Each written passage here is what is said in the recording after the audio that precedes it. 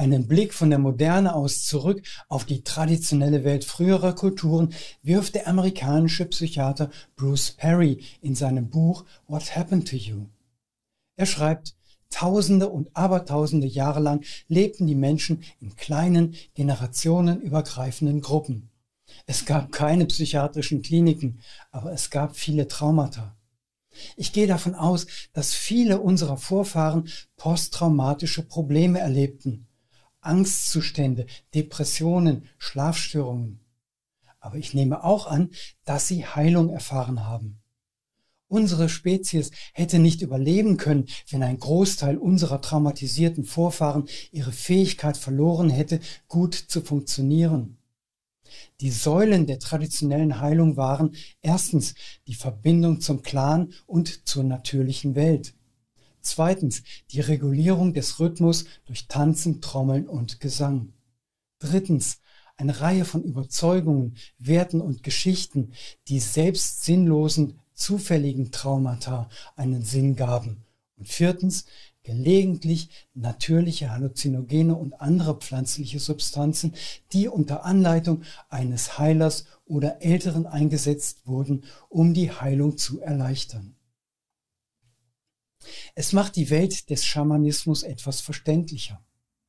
Bindungen und Beziehungen, Verlässlichkeit und Vertrauen als Basis, Rhythmen wie Tag und Nacht, Ein- und Ausatmen, Aktivität und Ruhe, die sich in Trommel und Tanz widerspiegeln, heißen im Grunde genommen sich dem Biorhythmus anpassen. Überzeugungen, Werte und Geschichten sind etwas, das sich nicht nur im alltäglichen Leben, sondern auch in der Philosophie des Medizinrats erkennbar wird. Und Halluzinogene lassen Antworten erhalten auf Unbegreifliches, wobei man Letzteres auch durch Trance erreichen kann, ein Zustand, der wiederum durch die eingenommenen Rhythmen erleichtert wird. Das Medizinrad ist ein Modell, das Unbegreifliches begreiflich machen soll. Es bietet Erklärungen und Orientierung. Streift man alle Folklore, Kultur und Ausschmückungen ab, ist es einfach ein Kreis mit einem Punkt in der Mitte. Der innere Punkt ist das Portal zum Göttlichen. In unserer dreidimensionalen Welt betrachtet man das Medizinrad als Kugel, die Unter- und Oberwelt mit umfasst. Himmel und Erde sind somit integriert. Einbezogen sind selbstverständlich die Himmelsrichtungen Ost, Süd, West und Nord, und man stellt sich vor, dass die Kräfte der jeweils gegenüberliegenden Himmelsrichtungen durch direkte Pfade miteinander verbunden sind, sodass sich daraus ein Kreuz innerhalb des Kreises ergibt. Die Süd-Nord-Verbindung symbolisiert unser Bewusstsein, die Verbindung zu unserem Seelen-Ich.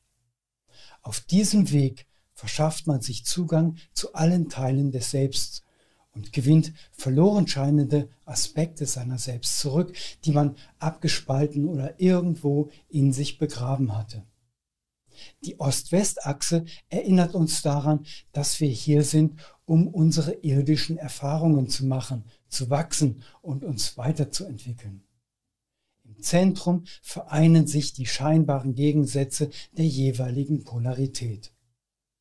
Ein Medizinrad kann sowohl in der Fantasie bzw. Trance wie in der materiellen Wirklichkeit bestehen. Um von ihm zu profitieren, dient bereits die geistige Vorstellung. Dennoch lohnt es sich, ein bereits Bestehendes aufzusuchen oder selbst eines zu erschaffen. Wiederholen Sie die Reise durchs spirituelle Medizinrad im Materiellen oder andersherum das Erleben im materiellen Medizinrad im Spirituellen. Dann vertiefen Sie die Erfahrung und festigen sie. Fehlt Ihnen das nötige Stückchen Land dazu, ein Garten täte es auch, können Sie sich eines für zu Hause basteln. Benutzen Sie natürliche Materialien, Erde, Holz, Steine, Blätter, Federn, was immer für Sie die Kräfte der Natur am besten symbolisiert. Ich habe die Teilnehmer von Kursen gebeten, in der Natur 3 Gegenstände, die sie ansprechen, zu suchen und zurück ins Lager mitzubringen. Ausnahmslos alle hatten intuitiv 3 Dinge aus unterschiedlichen Reichen mitgebracht, die zusammen eine gewisse Ganzheit darstellen. ein Stein aus dem Mineralreich, ein paar Haare oder Federn aus dem Tierreich, ein Blatt, eine Blüte oder ein Stock aus dem Pflanzenreich. Niemand kam mit 3 Steinen zurück. Das Medizinrad im Uhrzeigersinne abzulaufen energetisiert. Läuft man den Kreis des Medizinrads gegen den Uhrzeiger ab, lässt man überflüssige Energie, Stress und Spannung los. Woanders aber sollte man beginnen als im Zentrum. Im Zentrum dieses Wegweisers durch die spirituelle Welt steht man selbst, wie ein Kind, das sich in der Phase des magischen Denkens befindet und alles auf sich selbst bezieht. Aber man bleibt nicht dort, jedenfalls nicht dauerhaft, genauso wenig wie man sein Leben lang der oder dieselbe bleibt. Im Zentrum findet die Transformation statt, der Input aber kommt von außen. Sperren wir ein Kind dauerhaft allein in einen Raum, wird es sich nicht so entwickeln wie in einer Umgebung voller Eindrücke und Reize, in der es immer wieder inspiriert, gefordert und gefördert wird. Die Aktivierung durch Einflüsse steigert die Intelligenz und die Handlungsfähigkeit und auch die Zufriedenheit im Leben. Also verlassen wir das Zentrum regelmäßig. Wie aber gelangt man zunächst erst einmal dort hinein? Hineinspringen? Das wird nicht funktionieren, wenn man sich in Trance befindet. Geübte Schamanen können das, aber jeder Ruck, jede plötzliche Bewegung holt den Ungeübten sofort aus der Trance heraus. Die einfachste Lösung ist, es von Süden her zu betreten. Damit verlässt man die materielle Welt und begibt sich in die innere Welt. Wer ins Zentrum will, sollte dies von Süden aus tun. Auf dem Weg von Süd nach Nord bewegt man sich vom Reich des Materiellen in Richtung des spirituellen Reichs. Da begegnet man sich ja selbst im Zentrum ohnehin. Das könnte auf Ihrem Erinnerungszettel stehen, den Sie während des Reality-Checks im Wachzustand vor dem Eintritt in die Trance in die Hosentasche gesteckt haben. Begib dich nach Süden, könnte darauf stehen. Wenn Sie sich jetzt gerade fragen, wie bitte, was soll das jetzt mit der Hosentasche, dann finden Sie die Antwort darauf in Video 2 dieser Serie, worin erklärt wird, wie man aus dem Schlaf heraus seine Träume zu steuern lernen kann. Das Medizinrad dient uns also als eine Art Kompass durchs Leben. Es stellt die Hilfsmittel für unsere Lebensreise zur Verfügung. Wir lassen nichts aus, bewegen uns aber nicht nur in alle Himmelsrichtungen, sondern auch in Ober- und Unterwelt. So werden wir vollständig und bringen alle Aspekte des Lebens in uns in Einklang. Nähern wir uns dem Medizinrad von unserem Alltag aus, unserem materiellen Dasein, ist die Eintrittspforte demnach der Süden. Zwar kann man sich ihm aus jeder gewünschten Richtung annähern, aber den Süden wählen wir, weil er für eine gefestigte Persönlichkeit steht, und in einem solchen Zustand ist es leichter, Neuland zu betreten. Diese Pforte gibt uns bei Eintritt die notwendige Energie für den Rest der Reise. Hier im Süden finden wir den festen Glauben daran, dass alles, was wir beginnen werden, Früchte tragen wird. Wir erhalten Kraft und Selbstbewusstsein. Eine der Lehren des Südens ist, dass wir gemeinsam besser dran sind als allein. Die Zeit des Mittags, wenn die Sonne im Zenit steht, ist auch die Zeit der Reife, der Lebensmitte, des Erwachsenseins. In der Adoleszenz bemerkt man den Wert stabiler Beziehungen und gegenseitiger Unterstützung. Die Südenessenz stärkt Solidarität und Gemeinsinn, Partnersuche und Bindung. Man lernt den Wert gemeinsamer Arbeit ebenso schätzen wie den gemeinsamer Ferien. Wir lernen, uns aufeinander zu verlassen, aneinander zu wachsen, einander zu lieben. Doch es geht auch um Materielles. Die Ideen der Jugend bzw. des Ostens, die müssen reifen, das heißt in die Realität umgesetzt werden. Anpacken und aufbauen ist angesagt.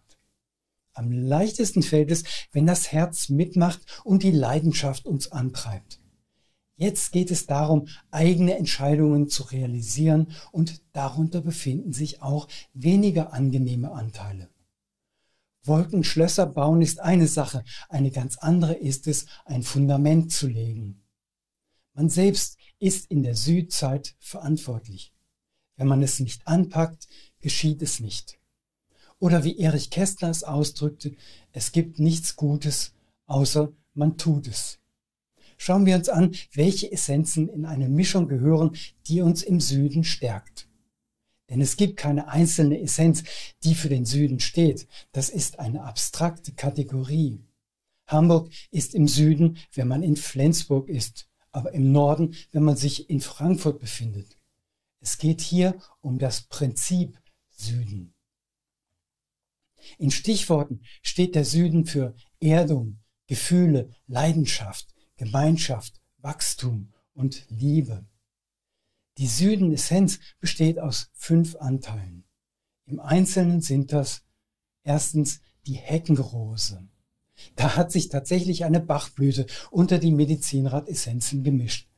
Das ist kein Zufall, denn sie spricht besonders Menschen an, die träge und apathisch sind, also das genaue Gegenteil des Archetyp des Südens, der aktiv und zupackend ist, der sich nicht langweilt und nichts tut, sondern leidenschaftlich gestaltet.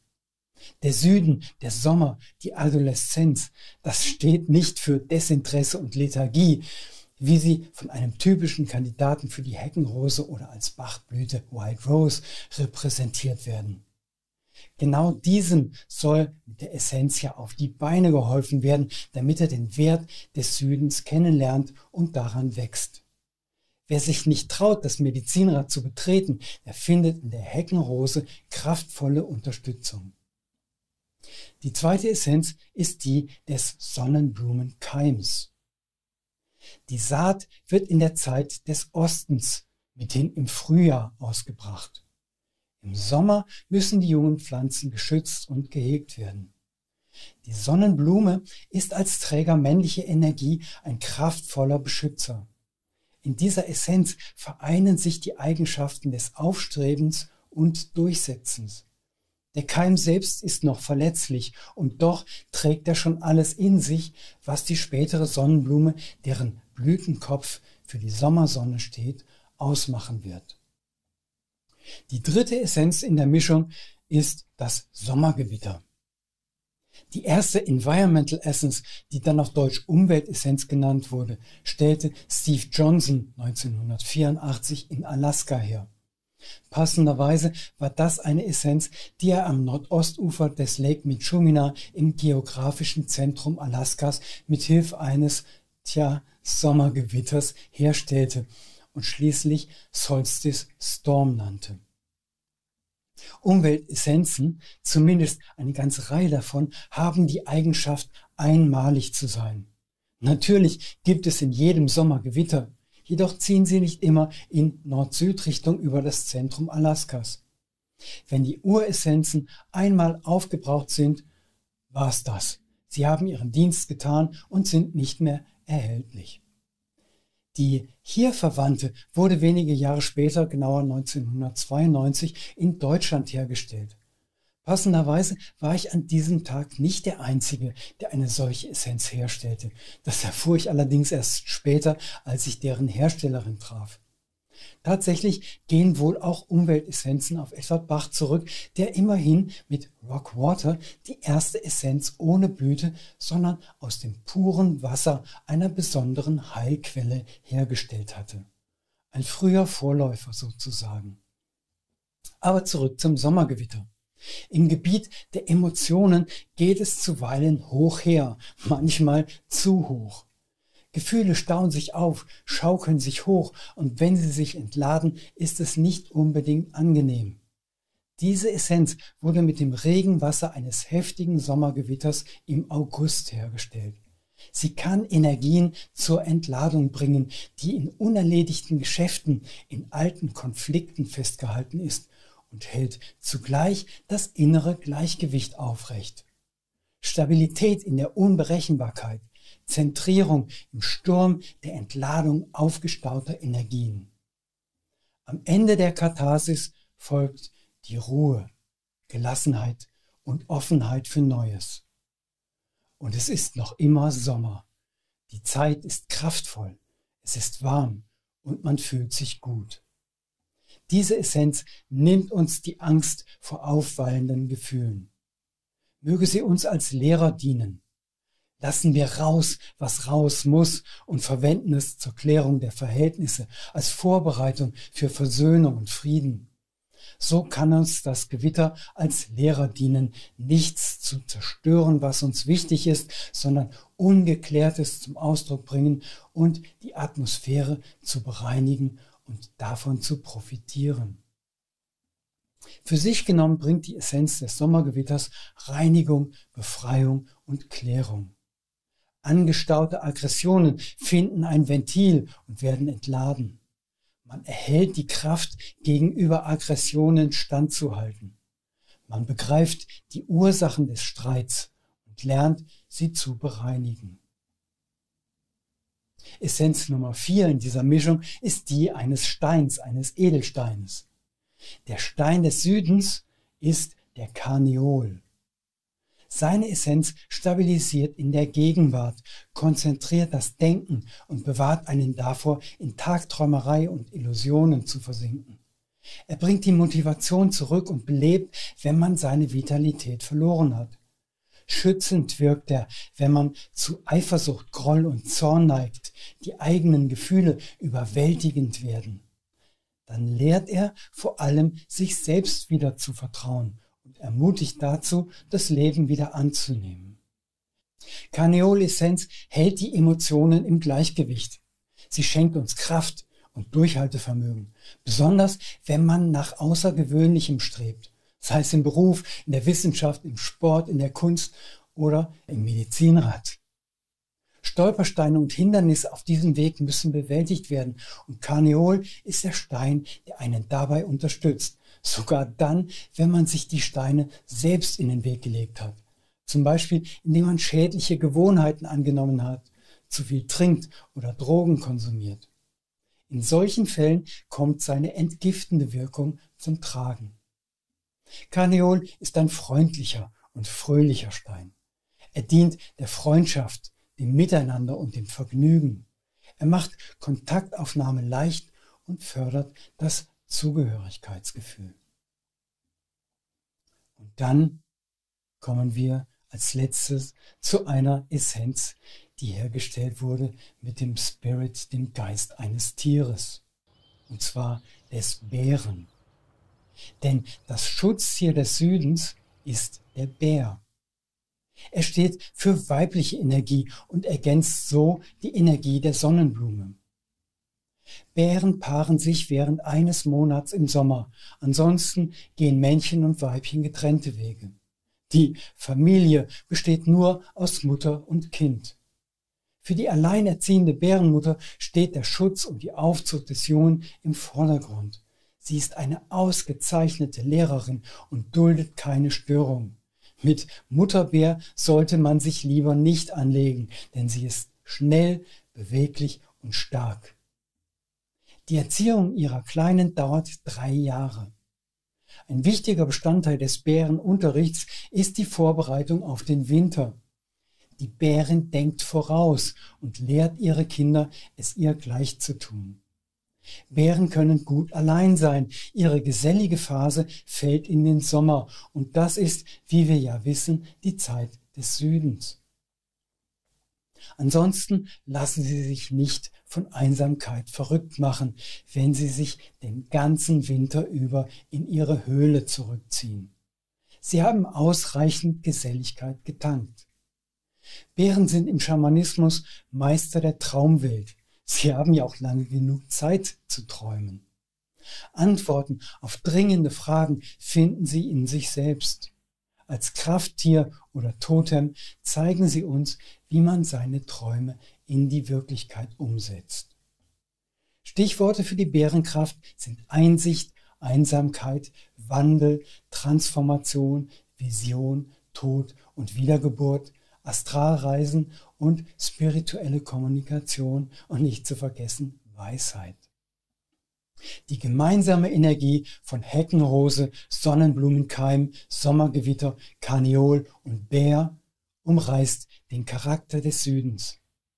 im Zenit seiner körperlichen Kraft, wissend, wo man herkommt und für die Zeit planend, die einem bevorsteht, kann man den Süden voll und ganz auskosten und alles integrieren, was er uns zu bieten hat.